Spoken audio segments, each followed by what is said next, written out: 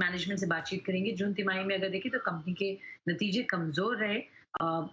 47% घटा उनका मुनाफ़ा और बिक्री में भी 37% की गिरावट देखने को मिली है। मार्जिन में भी दबाव है। ऑब्वियसली कोरोना का इम्पैक्ट यहाँ दिख रहा है सीधा-सीधा।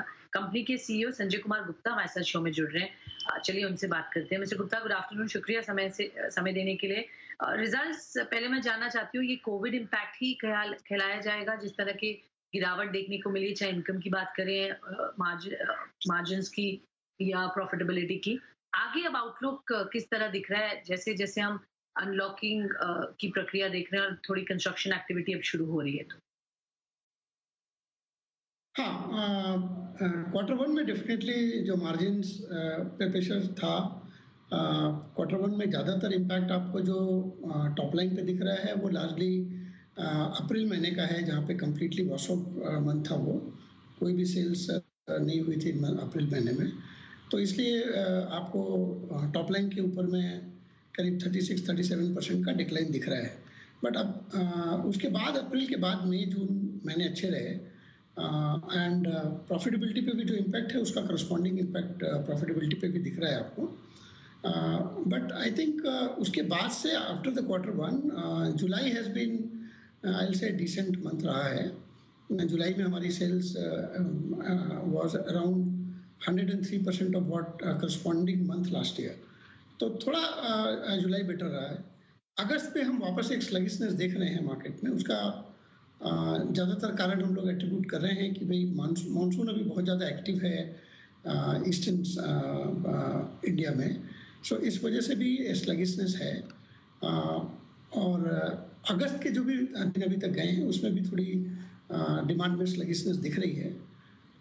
बट हमें लगता है कि जैसे जैसे ये मानसून का इम्पैक्ट खत्म होगा, जब हम लोग क्वार्टर थ्री वगैरह में इंटर करेंगे, तो डेफिनेटली डिमांड बेटर होनी चाहिए।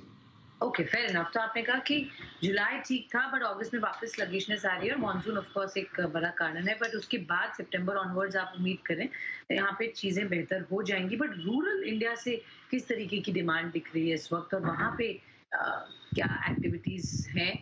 क्या काफी बड़ा ग्रोथ फैक्टर होगा, ड्राइव कर सकता है, या अर्बन इंफ्रास्ट्रक्चर पर अब क्योंकि सरकार का भी फोकस है और चीजें वापस आ रही हैं, वहां से अच्छी आप ग्रोथ एक्सपेक्ट कर सकते हैं? नहीं, अभी तक की जो डिमांड है वो ज़्यादातर रूरल इंडिया से आ रही थी, क्योंकि ये देखने में मिला है कि कोविड का जो इम्पैक्ट था वो रूरल इंडिया में कम था। ज़्यादातर अर्बन सेंटर्स में कोविड का इम्पैक्ट ज़्यादा था। लेकिन धीरे धीरे जैसे जैसे Covid has started getting into the hinterlands of India, वहाँ पर भी लेकिन वो दिख रहा है कि कोविड का इम्पैक्ट थोड़ा सा रूरल से एरिया में भी बढ़ रहा है। और अर्बन सेंटर्स जो है अब दे हैव स्टार्टेड परफॉर्मिंग, वहाँ से भी डिमांड आना चालू हो गई है, जो कि इनिशियली 1-2 महीने में उतनी डिमांड नहीं आई थी। अभी भी बहुत सारे अर्बन सेंटर्स में पार्शियल लॉकडाउन्स हो रहे हैं, जिसमें या तो कुछ दिन का लॉकडाउन चल रहा है या कहीं पर भी कोई 2-4-5 दिन का लॉकडाउन हो रहा है। उसकी वजह से डिमांड इम्पैक्टेड हो रही है। ऑर्गेनाइज्ड जो I will say organize house building का जो काम है वो थोड़ा अभी भी स्लो नज़र आ रहा है।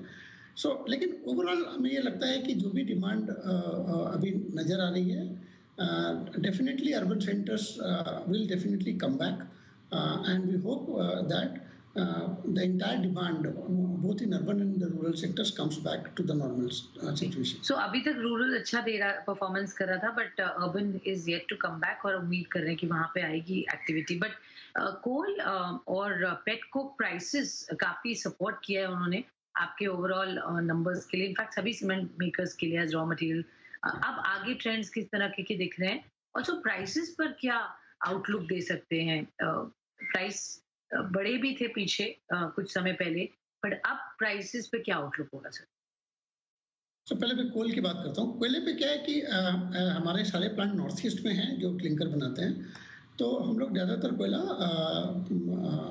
अभी हम लोग कोल इंडिया से ले रहे हैं। हाँ, डेफिनेटली कोल इंडिया के प्राइसेस अभी बहुत सपोर्टिव हैं, so and as compared to imported coal. So हम लोग अभी तक करीब आई से ऑलमोस्ट 100% कोयला ही कोल इंडिया से सोर्स कर रहे हैं, जो ज़्यादातर eastern coal fields and north eastern coal field से है। और कोल के प्राइसेस भी अच्छे हैं। I'll say they are better than what they used to be. As far as the overall cement के प्राइसेस की बात है, कुछ प्राइसेस डेफिनेटली मई के महीने में और जून के महीने में थोड़े जरूर बढ़े थे, लेकिन वो सारे के सारे प्राइस करेक्शन ऑलरेडी हो चुका है. इनफैक्ट अभी हम लोग थोड़ा सा ज़्यादा प्राइस करेक्शन देख रहे हैं. ये एक नॉर्मल फिनोमिना है Q2 का, लेकिन गोइंग फॉरवर्ड हमें लगता है कि जैसे जैसे डिमांड पिकअप करेगी after the monsoon, prices will start forming up. अभी थोड़ी हम लोग डेफिनेटली ये भी देख रहे हैं कि डिमांड का कुछ पुश इंफ्रा प्रोजेक्ट से भी आ रहा है, जो गवर्नमेंट स्पॉन्सर्ड चीज़ें हैं वहाँ से भी आ रहा है. क्योंकि अगर आप देखें ईस्टर्न इंडिया में 3 स्टेट ऐसे हैं जो इलेक्शंस पे जा रहे हैं. बिहार है, वेस्ट बंगाल है, असम है. तीनों स्टेट जो है अभी इलेक्शंस में जाएंगे नेक्स्ट आइल से 12 से 18 महीने में. सो वहाँ पे भी स्टेट गवर्नमेंट की एक्टिविटीज़ अच्छी देखने को मिल रही हैं, उनसे भी डिमांड को सपोर्ट मिलेगा. दैट्स अमेजिंग, बहुत बढ़िया सर. तो आगे भी आउटलुक अब थोड़ा बेटर दिख रहा है, इंफ्रास्ट्रक्चर पिकअप होगा और इलेक्शंस भी जैसे आप बता रहे हैं उसका भी इम्पैक्ट हम देखेंगे थोड़ा डिमांड की तरफ बढ़ने का. बहुत बहुत शुक्रिया संजय कुमार गुप्ता जी हमारे साथ शो में जुड़ने के लिए. स्टार सीमेंट और सीमेंट सेक्टर पर क्या आउटलुक है इस पर बातचीत करने के लिए. छोटा सा ब्रेक लेंगे इस नोट पर और ब्रेक